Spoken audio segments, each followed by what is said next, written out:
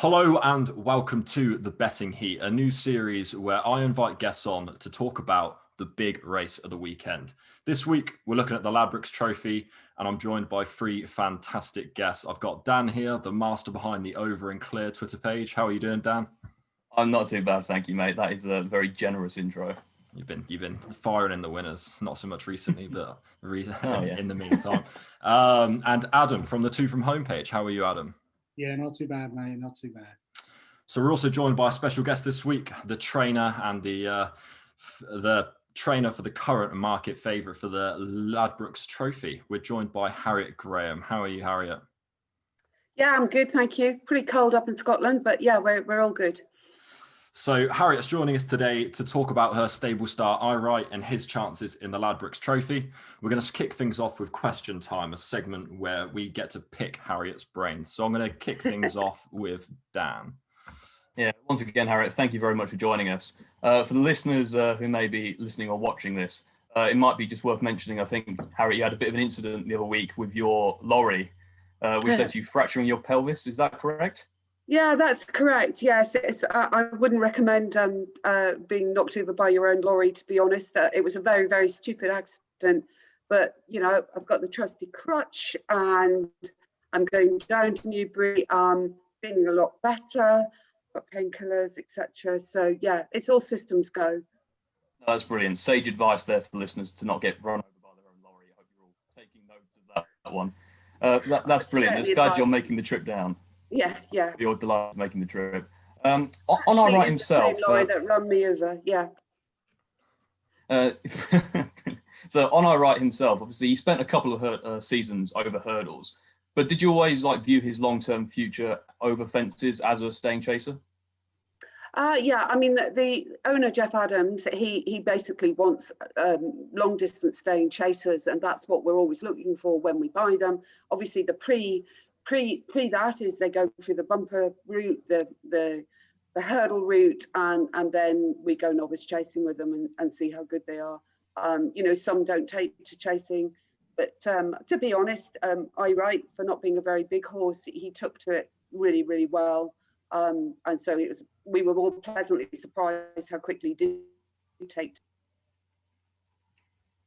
So coming on to the race on Saturday then, Harriet, what are the tactics? Is it to do the same as Weatherby, to keep him prominent and be up with the pace, or do you think they'll ride him differently? That's a really difficult question, because with all tactics and stuff, it does actually depend what everybody else is doing in the race. You know, I always we have a sort of plan, and we know the horse really well. We know he can bowl along in front, and he's quite happy to bowl along in front. And certainly if Callum feels pace is not lively enough, he will get the pace, he'll get the horse into a really good rhythm and get him jumping. But if there's two or three others who think, you know, this race is often run at quite a pace, isn't it? And we're going to be on fairly good ground. It's not going to be an out and out slog at the end. I don't think it's going to be. So, you know, I think it might have a bit of pace in it this year. So, you know, we have a loose plan, and he's always run very well out in front, but it's not a plan that we couldn't be adjusted by the jockey. That's the jockey's job to read the race. Once we've let them go in the paddock, we've discussed this at length, we've let the horse go. Callum has to be proactive about the race and what's going on around him. I mean, he has won from behind, and he has also, if you look back through his form, he's been caught at the line when looking like he's going to win with something a bit quicker coming up behind him. That is quite interesting, because you hear sometimes that jockeys are like, well, these are my instructions to do as so. I find it interesting that you're sort of letting them take the reins if need be as such. He ran a career best, I believe, the last day at Weatherby. What's the chances that he's improved again for the run? I don't know. I mean, I thought his jumping was his best we've ever seen at Weatherby. And yeah, it was a career best. I shouldn't imagine he's improved that much in 4 weeks. He's stayed really well. He's in really good form at home. He's bright and breezy. He's eating. He's doing everything he needs to do. and I've got no worries about him travelling down to Newbury. He's a good traveller. We've taken away before, so I've got no worries about that. He's a true professional. Really, really difficult to say in 4 weeks, has he improved anymore? He's certainly not, in that time, they've not got stronger, they've not matured. That would take a year to change. But I think he's an athlete, and he's on at peak fitness at the moment. Brilliant. So, I mean, you threw right into the RSA after only completing one chase, unfortunately unseated. So I'm guessing this is a horse that's always shown you quite a lot at home. He's always impressed you? Yeah, he's always impressed us at home. The RSA was a big leap of faith, and went down there. He made a few mistakes, but he certainly didn't disgrace himself. And then we sort of came back, and then racing finished, didn't it? So we had a plan, I think, to take him to Ayr. There's a nice chase at Ayr on Ayr Grand National, Scottish Grand National. Obviously that didn't happen, so he had an early holiday like every other national hunt horse did in the country. And we always had, after the RSA and after him going chasing, this had kind of slightly been an ambitious goal for us to go for, and hence the reason this season has been that has been the goal. And and the race he ran at Kelso was over 2 miles, which was too short, but he certainly ran really well, and that form has been franked. He's sharpened up his jumping no end, which I think you saw at the Charlie Hall. The Charlie Hall gave us the confidence to carry on and go to Newbury. There's lots of other probably easier options for him. There's rehearsal chase at Newcastle as well, which he does have an entry for, but he's not going for that. That was a backup entry. You just don't know what happens with weather and stuff. You could have had, we wouldn't have run him anywhere on heavy ground, and if we've got frost or anything like that, we would have taken the option at home.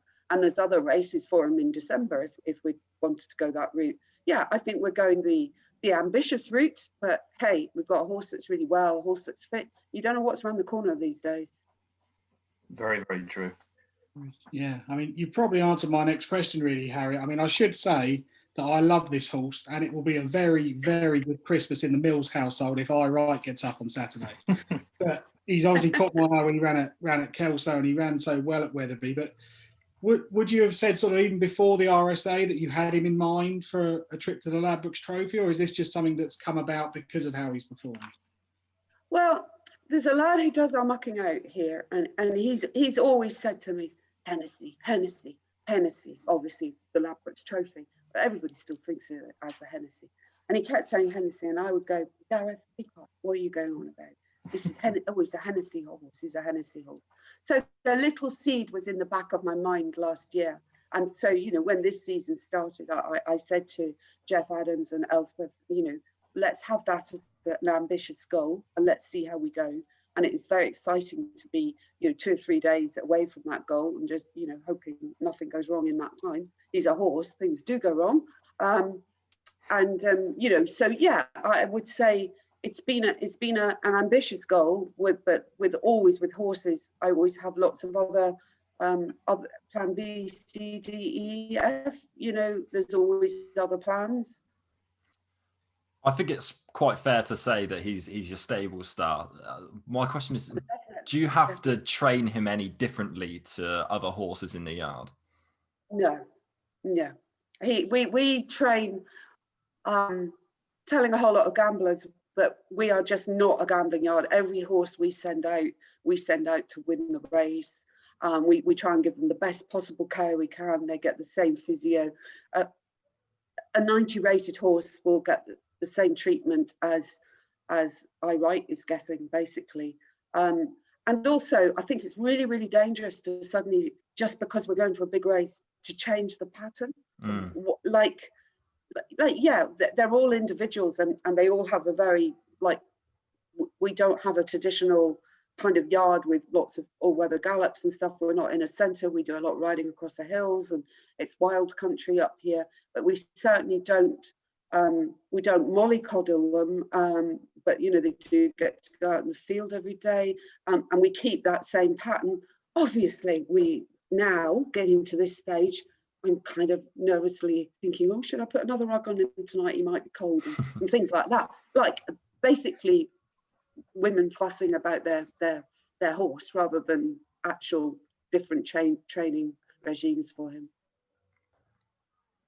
Does it feel any different now you've got somewhat of a favourite for one of the bigger races? I guess before he's kind of snuck under the radar a bit. I mean, 100 to 1 for the RSA. Obviously, he was a bit behind Surname's reputation going into the Charlie Hall. But now you've got someone at the head of the market for one of the most prestigious races in the country. It's extremely flattering, but I mean, head of the market, but at 7 to 1, nobody's really sure, are they? You know, it's not like we're an odds-on favourite and everything else is you know, an outsider. It's and my husband gambles a wee bit, and he always says, oh, if it's a 3-runner race, he backs the outsider, and I think he had a winner today, didn't he? Because the outsider came in at Weatherby. Yeah, that was. Yes, it did. Yeah. Yeah. So you know, I know you guys probably study form and betting constantly, but for me, the horse doesn't know he's a favourite, and I would say there's an argument for most of those horses in the race tomorrow on Saturday. You know, if you look at them hard, there's an argument that the conditional, you know, he was second last year. Bridgewater's talking him down. You've got Kim Bailey's, he's saying he's running both of his. You know, he's in fantastic form. And then, you know, you've got Nicky Henderson's, you've got all these horses that are, you know, coming from yards that do this sort of race every day. They're not seeming to get the press at the moment. That's because probably we're the odd one out, as we're coming from Scotland and we're coming from a very small yard, etc. And surprisingly, he sort of got everybody's imagination. And you say, is he joint favourite or favourite at the moment? I think with some firms he's favourite, and then I think Vindication might have just taken up because Kim Bailey's just red hot form at the moment. He is, yeah, he's incredible form, yeah. So what's the plan after this weekend, Harriet? Hopefully you win. Fantastic. Just don't ask that, because I mean it's you know, it's depending what happens. You know, we might just come back up to Scotland with egg on our faces and we'll be running him in small handicap chases in the north, or you know, if the dream comes true and he wins, we might have some other more ambitious plans. Probably not around Cheltenham, but probably around in my mind, I think he will stay a lot further. That's my feeling. He's got a very good rhythm and a very good jumping style. And if you look at the race at Weatherby, they sit him and he's off the bridle now. Yes, he was off the bridle. He wasn't actually tired. He just couldn't go any faster. He jumped the last 2 fences really well, not like a tired horse jumps them. And yes, the other 2 were going away from him because they were, you know, quicker horses. That's horse racing for you. But you would wonder, if you'd asked them to go another half mile, whether we would have carried on in that lovely rhythm and jumping in and got back to them. Not Suname. We've never got back to Suname. That's a machine. Most probably lying on the betting side a little bit more. Maybe it's a bit of a tough question to ask, really. But if you're looking at the race, is there a horse in there that you're scared of? Oh, gee. I shall ask my husband, which horse are we scared of, Rob? Well, he says all of them. Yeah, it's that sort of race, it is. Yeah, it is definitely that sort of race, yeah. I mean, I was looking at the stats today, like some of the stats, just because I'm fairly immobile. And you know, they were saying it's often run by a 7-year-old. It's often won by a horse that's already run at Newbury. We obviously haven't done that. It's been won by big trainers constantly, but that is probably just because they have the firepower and they've always got entries in these races. I mean, Colin Tizards, do you think they're going to come into form? Probably at some point. He's got some class horses.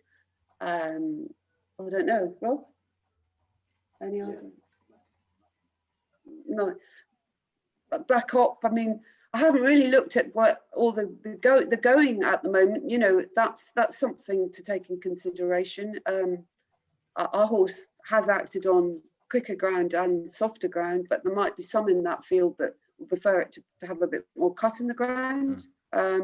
Yeah, I'm really not being helpful to your. No. It was a very unfair question to ask. I do apologise. Well, Yeah. that's going to wrap up question time with us. Harriet, I imagine I speak for everyone here that we wish you the best of luck on the weekend. Thank you. Hopefully he Thank comes back with his head in front, but hopefully you don't come back with egg on your face. That is the main one. Yeah. I mean, you know, we're realists. We could get brought down at the first fence, and then that's a great shame. But you know, at the end of the day, we'll go there and we'll give it our really best shot. And good luck with the betting. Yes. Okay. Nice talking to you. Thank you very much, Harriet. Right. Cheers. Cheers. Bye. Bye. Okay, so it's time to talk about the Ladbrokes Trophy. Get down to the nitty gritty of the race. We'll start with Right. Harriet's now out of earshot, so let's get our thoughts out on the horse. Adam, what are you thinking about Right? Oh, I love Right. I'm so in love with Right. I have been ever since he ran at Kelso.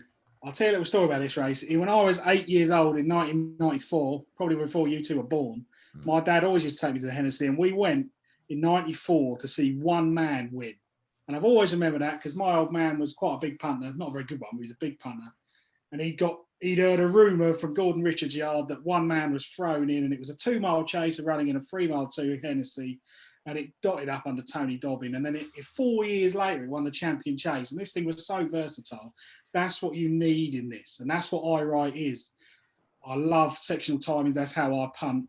The time of his race behind Nutswell at Kelso, over 2-mile 1, was exceptional. And he got within 1.5 lengths of Nutswell, who then came out and won the older owner Aintree. So for me, I just think Right has got so much in his favour. He's got good ground. This race is normally heavily favoured towards second season chasers.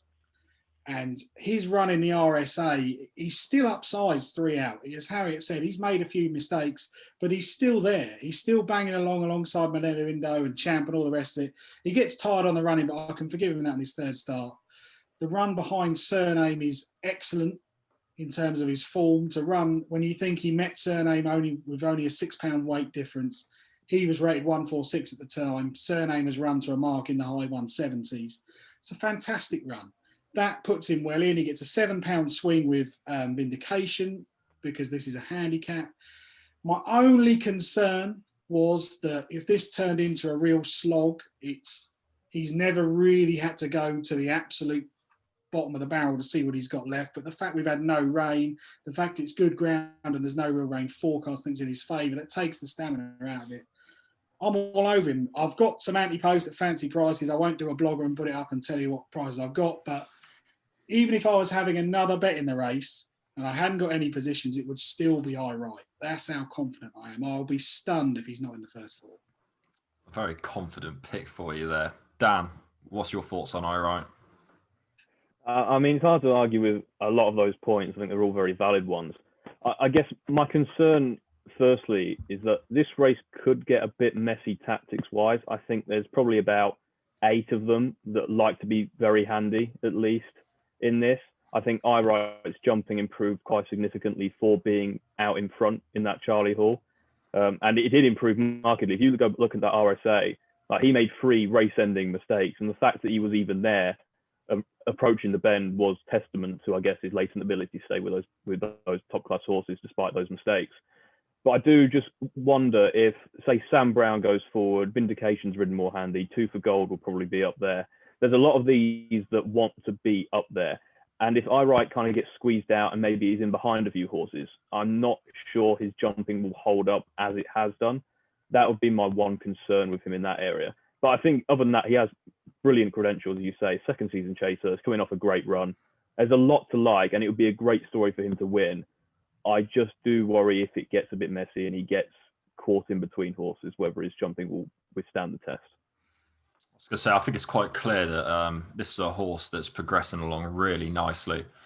And although I'm not entirely convinced, Harriet was very keen to say that she thinks he'd stay 3.5.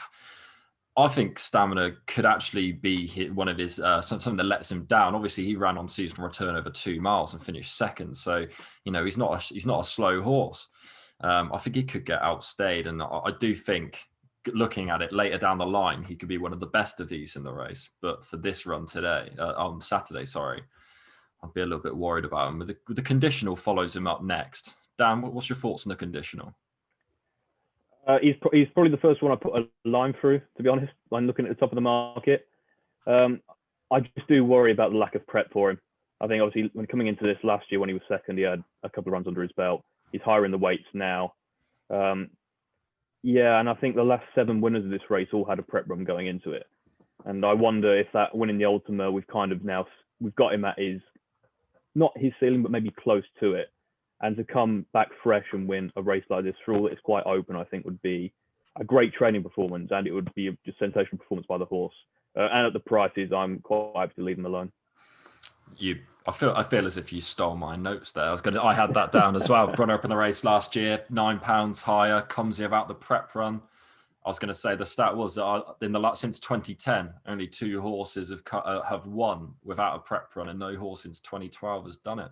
So I was going to say the Bridgewater put out a little post in the Racing Post earlier on this week and was playing down their chances. That might just be trainer talk, but definitely something that I took as a note. Adam, what's your thoughts?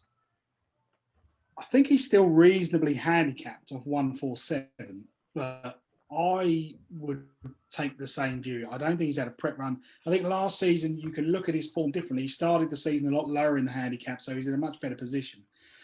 I really fancy him to go back to Cheltenham and win the Ultima. Horses have a good record of coming back for that, and Tom Portu is a great example.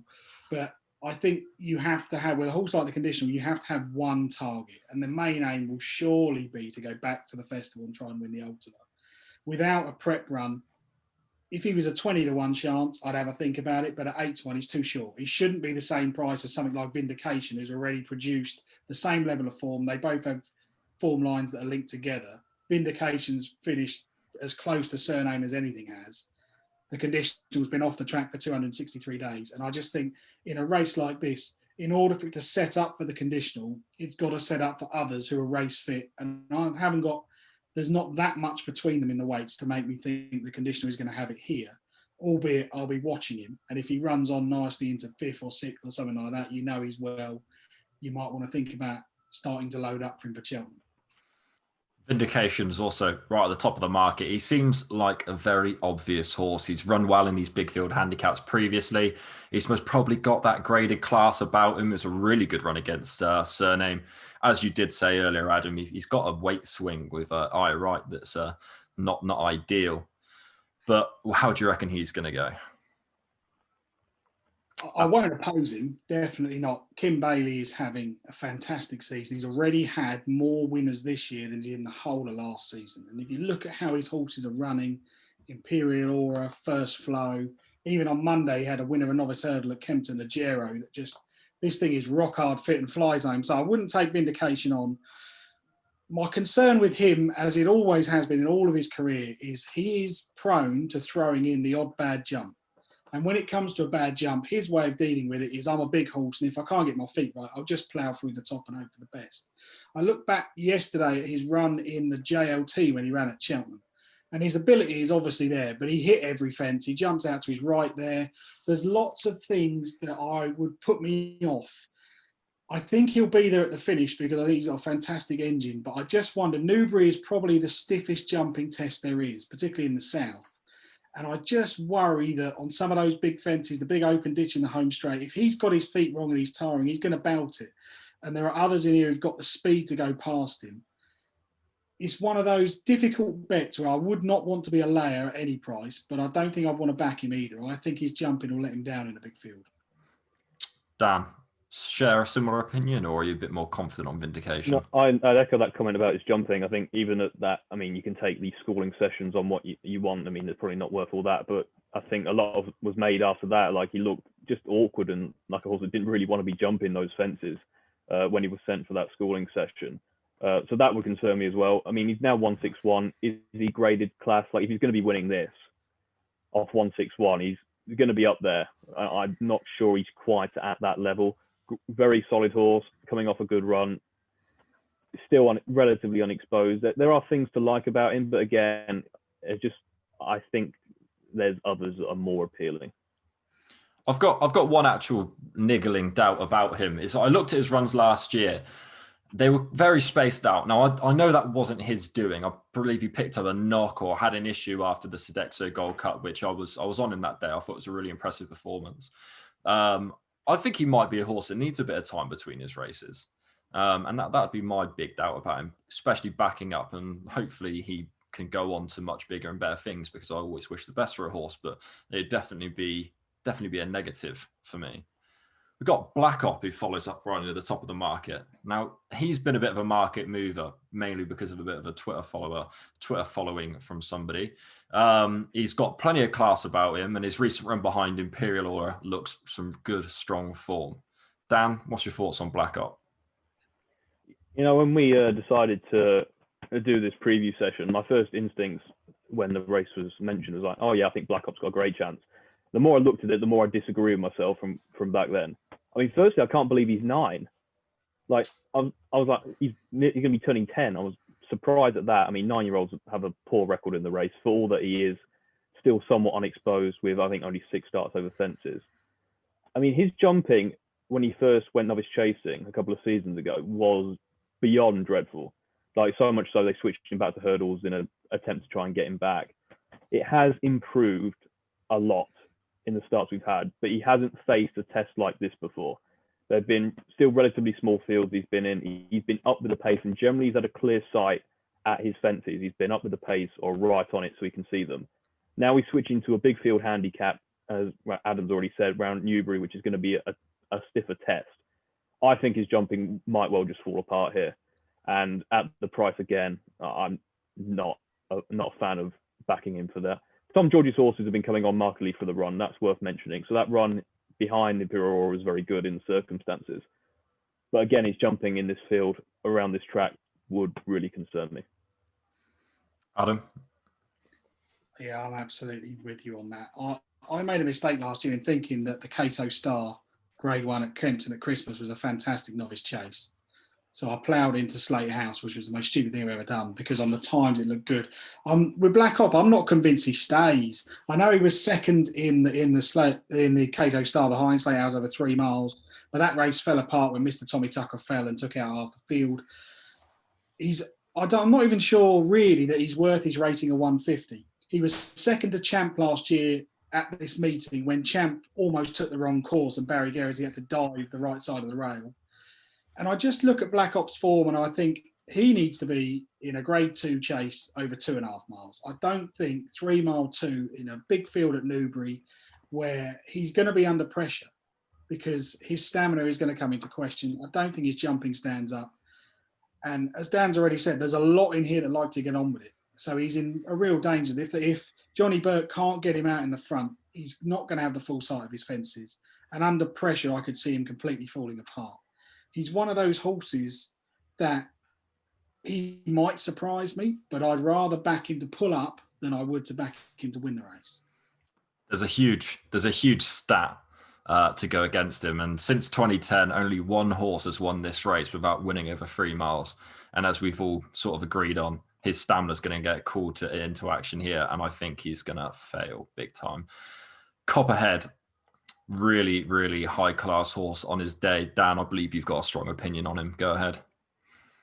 I mean, you mentioned the point there. I think if there's a horse in this who's going to win well, and perhaps go on to better things, I think he's the more likely type to do so.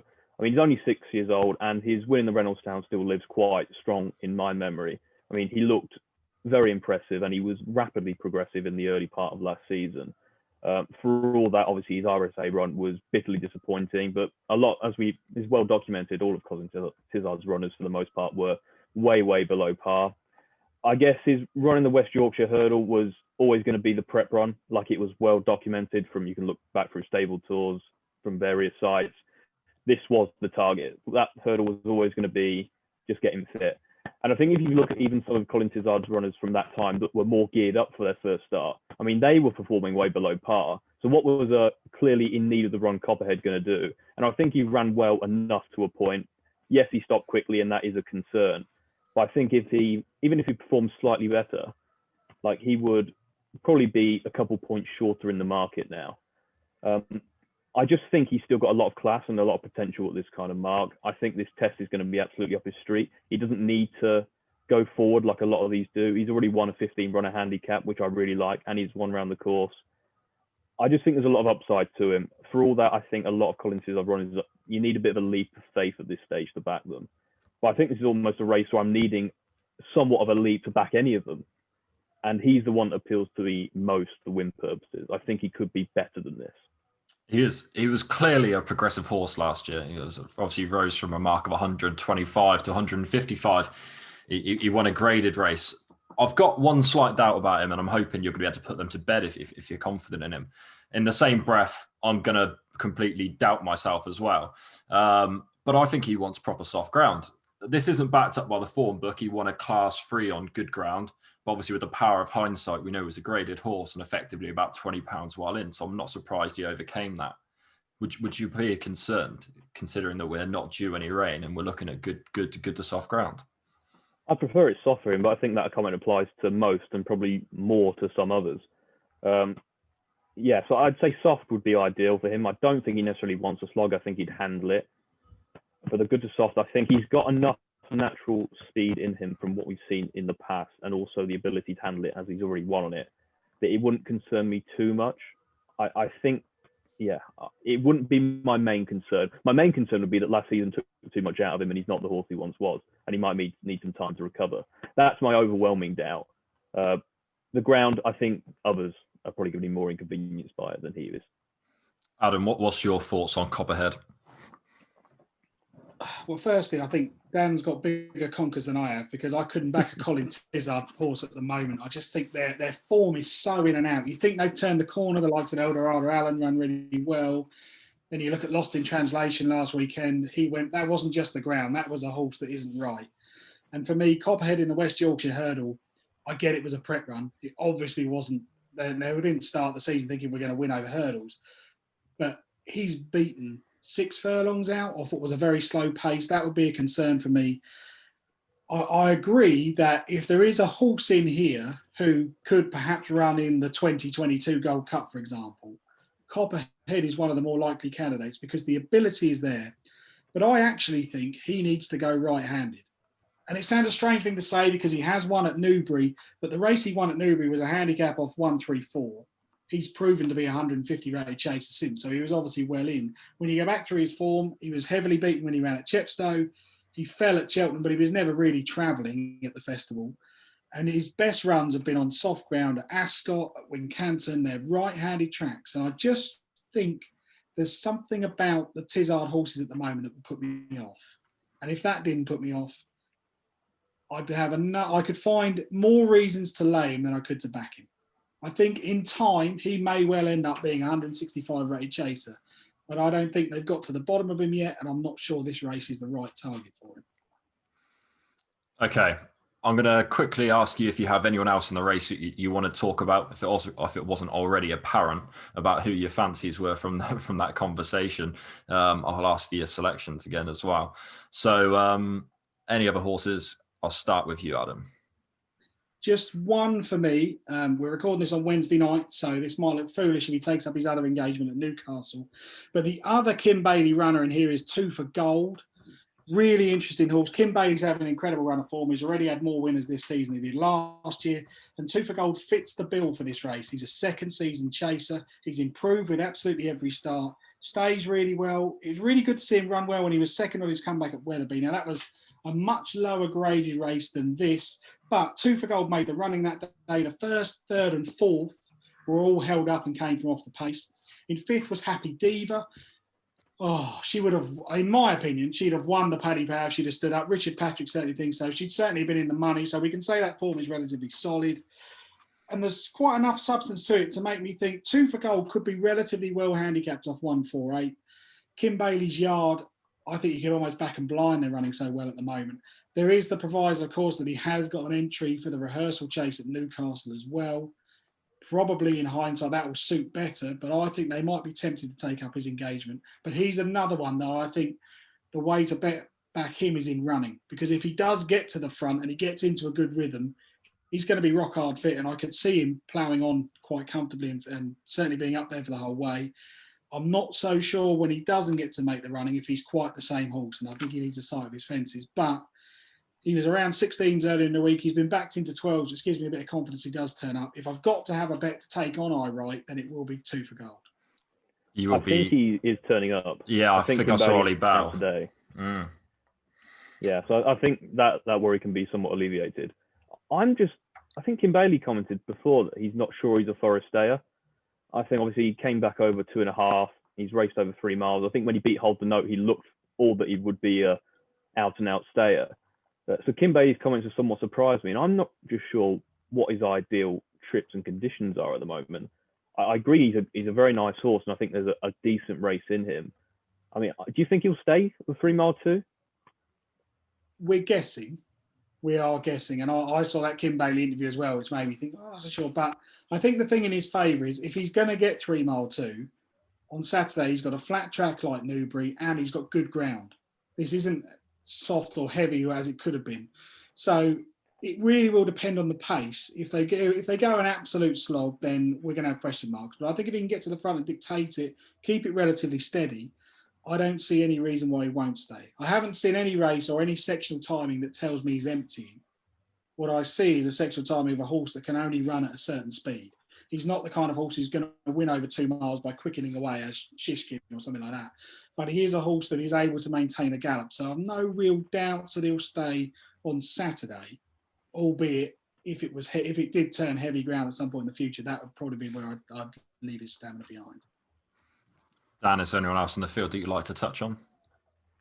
Yeah, there's one just because, well, primarily because he was in my horse to follow list at the start of the season for all those that didn't actually win a race last term, and that's Cloth Cap. So he sneaks in here right at the bottom of the weights. The one thing he's going to get is his ground.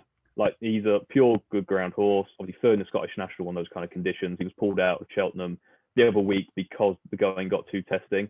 I'm sure there's a race in him off this kind of mark. He's a horse I really like, and connections have thought he's a Grand National type for some time. Obviously, you're going to need to win a race in the first place to even start contesting those kind of races. Whether he's up to a Grand National, that remains to be seen. But I think he might run a quite a solid race with conditions in his favour. I think the race that might end up suiting him again is the Scottish National, because when he was placed in it the previous year, he'd had basically no experience. I think you go back to their much more experienced horse, and he'd probably be around the same mark. But I think in an open race like it is, I think he could run a nice race, and I could definitely see him placing. I'd be surprised if he won, just because he's right at the bottom of the weights, and I think there might be a couple that are just too naturally classy for him. But I am a fan of the horse, and I think there's a race in him off this mark. The other one I think might place as well is the Henderson horse. I'm just forgetting his name. Beware the Bear. Beware the Bear, just because he loves this race. He's fourth in it last 2 years. I think he gets swings at the weights of a couple of his rivals that reoppose this year for his performance last year. I don't think he's going to win. I don't think he's quite up to winning it off this mark, and obviously he's getting on now. But he's another one I can see running a really solid race. And I think because there's going to be so many that are going forward in this, it might just suit a horse like him who just plugs on and plugs on. I can easily see him finishing or staying on third. All right, we'll go into the selections for the Ladbrokes Trophy. Adam, who was your selection? I Right is absolutely my pick. The form stacks up. He's only rated 150. I rate him at least a 160 horse, certainly by the end of this season. I am praying, and I'm sure Vindication is going to run now, so all right, but Ballyoptic and Vindication stay in, so we keep the weights down. This race is going to be on good ground. It's going to be run to suit. I look back through the history of this race, and you think about some of the great winners, Native River, Many Clouds, Smad Place, Bobsworth, Denman, even Arkle and Millhouse back in the day for the granddads, all second season chasers. This is the profile you need to win a Hennessy. You've got to be relatively well handicapped on your ability. There's nothing in this field that's going to be a Gold Cup winner. Let's not be under any illusion. So this is a handicap Hennessy. The likes of Darasha Counter, Sizing Tennessee, remember that winning, dearie me.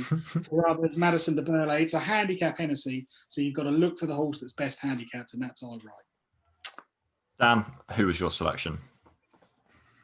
Somewhat tentative because there are clearly doubts about, well, the Tizard Yard and Copperhead's well-being after 2 poor runs. But I'm going to go with Copperhead purely because I think he's got the potential to be the best horse coming out of this race.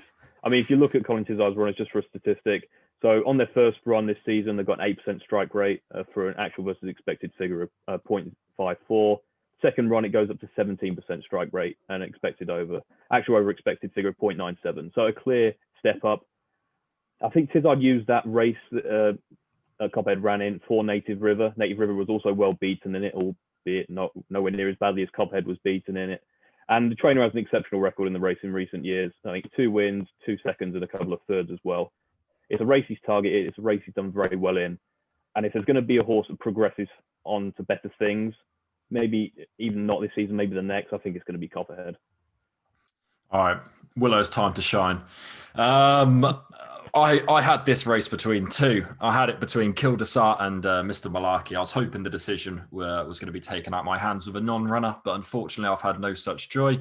We will shoot for glory. We will go for Mr. Malarkey. You've actually stolen my thunder on that stat on Colin Tizard.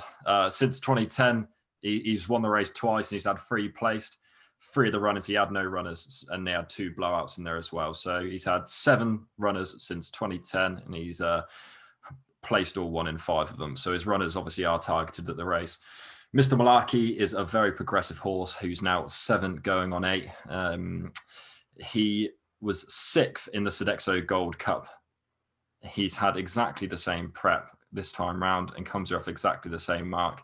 It was a better run at Ascot this year than last year, which indicates to me he's improved.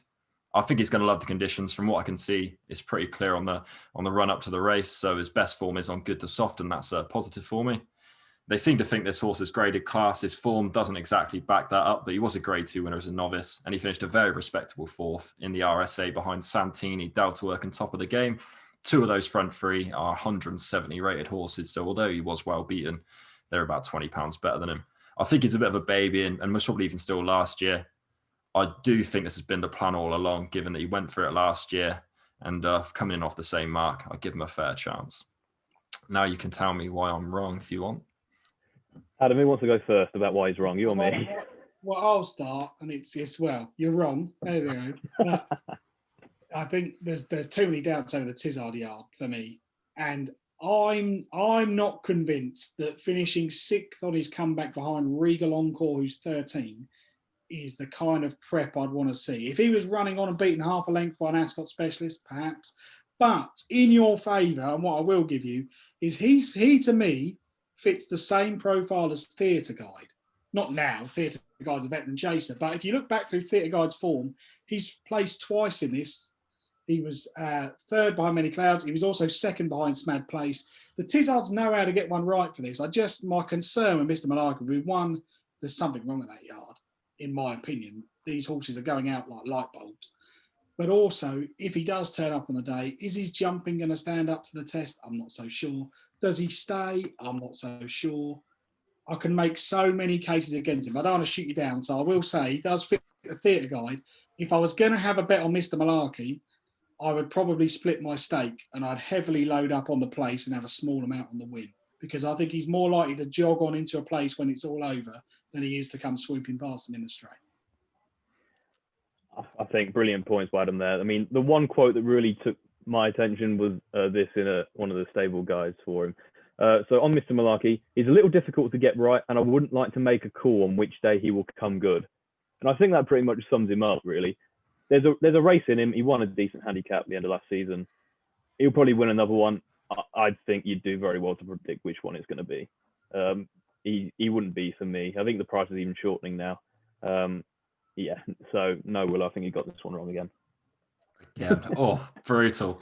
All right, nap time. The best bets of the weekend. We are filming this on a Wednesday, so it is a little bit more difficult. Adam, do you have a big fancy for the weekend? I do have a really strong fancy, actually. I did a project recently with Cedric Ito, who is a French bloodstock agent. Most people won't have heard of him. Specialises in national hunt horses. And I did a project with him where we were talking about the likes of Quilixios and Hell Red and Montmoral and various horses that have been bought out of the French jumping season. And he said to me, whatever you do, look out for a horse that's gone to Nicky Henderson of Midland Park called Paros. That's Paros. This is a juvenile hurdler who, to me, looks a world beater. He runs on Saturday in the opening race, the 11:45 at Newcastle, which is a valuable 3-year-old juvenile hurdle worth about 10 grand. The stable has won it twice in the last 4 years. They send good ones here. He's won once on his debut when he started at Dieppe in May, when he was trained by Gabriel Londas. That race has worked out really well. The second Jeu de Paume has placed 3 times in graded company in France since. French juveniles are always more forwards because they start schooling them from the age of 2. What price he'll be, I don't know. There are no prices, so I apologise if I'm giving you an app that's 1 to 4 on. But Cedric really put me onto this horse. I looked at the time of the Dieppe race. He looks like he could be really classy. He comes from a similar family to Quilixios. I think he's going to be really well forward for this race. This is the type of thing that the yard will win. I've managed to get a quote. He's 100 to 1 for the Triumph Hurdle. Whether you want to go in before he runs on Saturday, who knows? He wasn't in the betting, had to do a request to bet, but he could just be something that's above average in a race that looks fairly winnable. Brilliant. I don't know about you, Willow, but I do think I'm going to have a nibble on 100s. That's absolutely sure. Yeah, I was going to say, it's one of those ones that even if he does turn up and wins at 1 to 4, if he wins and goes away impressively, definitely worth a little go at 100 to 1 for me. Bookies will cut an anti-post price for anything. So, I mean, he'll probably be 50s even if he finishes about 5th. Yeah, because we know he actually has raced. So, yeah, I definitely like that. That's a very interesting one. For me, I'm going to take on Marie's Rock in the Jerry Fielder. I'm going to go with Milkwood just because this is definitely his target, and that Welsh national form is as solid as it can possibly get, really. You've got Sco Royale, obviously he won the Elite Hurdle next time out. Ballyandy was second in the Greatwood, only lost out to an Irish plot. Buzz hacked up at Ascot recently. Mario de Pau, who was about 6 lengths back in 5th, also won. The form is rock solid. And even if you go back to Milkwood's win over Belinska, who ran really well in the Greatwood, and Stimulating Song, who's also won at Cheltenham, it stacks up really well. And I just think he's not done improving yet, and he's also sure to get his good ground, which he really likes. Neil Mulholland has 28% strike rate in handicap hurdles at the track, well overperforms expectations. And of the others, I think a few aren't going to turn up. So Marie's Rock is obviously one that concerns me. Floresa's not going to run here, probably. I think she goes for the 2 mile 4 race instead. Mrs. Hyde's dropped up in the listed race earlier in the card. Pisgah Pike only ran a few days ago. So this race is going to break up to maybe 8 or 7. I think Botox has and Time White are threats, but I don't really like backing juveniles or ex-juveniles once they go into open company. That's something I'm generally against. So I think earlier in the week, Milkwood was about 10s. I think he's been shortened to generally 6 to 1 now. But I'd be very surprised if he's out of the front 3 in that race. He's a very strong traveller. If Marie's Rock is as good as people are claiming she is, she'll win this race and maybe go on to try and do what Epitime did last season. But I think Milkwood is solid enough at 6 to 1 each way to be a fairly solid bet. Nat Poise for me, I'll hold my hands up and say that I forgot to look at any other race other than the Ladbrokes Trophy. So I'm chucking Mr. Malarkey in there and we're double downing on the 16 to 1 shot as the Nap. Brilliant stuff. I should just say, sorry, that it's not my money, but Paros is now 20s for the Triumph. Maybe it's just a declaration. Oh, I mean, I don't think it was my £1.50 each way that would have swayed that. So it must be the declarations brought it in. I do apologise. I don't want to get could have sent us that earlier though, Adam. Cheers, mate. Brilliant. One I will just throw out there, Willow, one's just to look out for. I'm not sure he's going to run. The horse I really like is going to go chasing sooner rather than later is Numitor. Massive grey horse for Heather Main. Ran really well in a handicap hurdle last time out, where he was up with the pace all the way. Finishing speed was only 98%, and the first, second, and the fourth all came from well off the pace. I think he's going to be a better horse on his mark once he goes chasing, but I'm not sure he's going to run. Brilliant. One to keep in your trackers. So that finishes up episode 1 of the betting heat. Hopefully, guys all enjoyed it. Hopefully, there was some information in there to take away, and hopefully, one of us has landed the winner of the big betting heat. Best of luck with all your bets this weekend, and we'll catch you soon.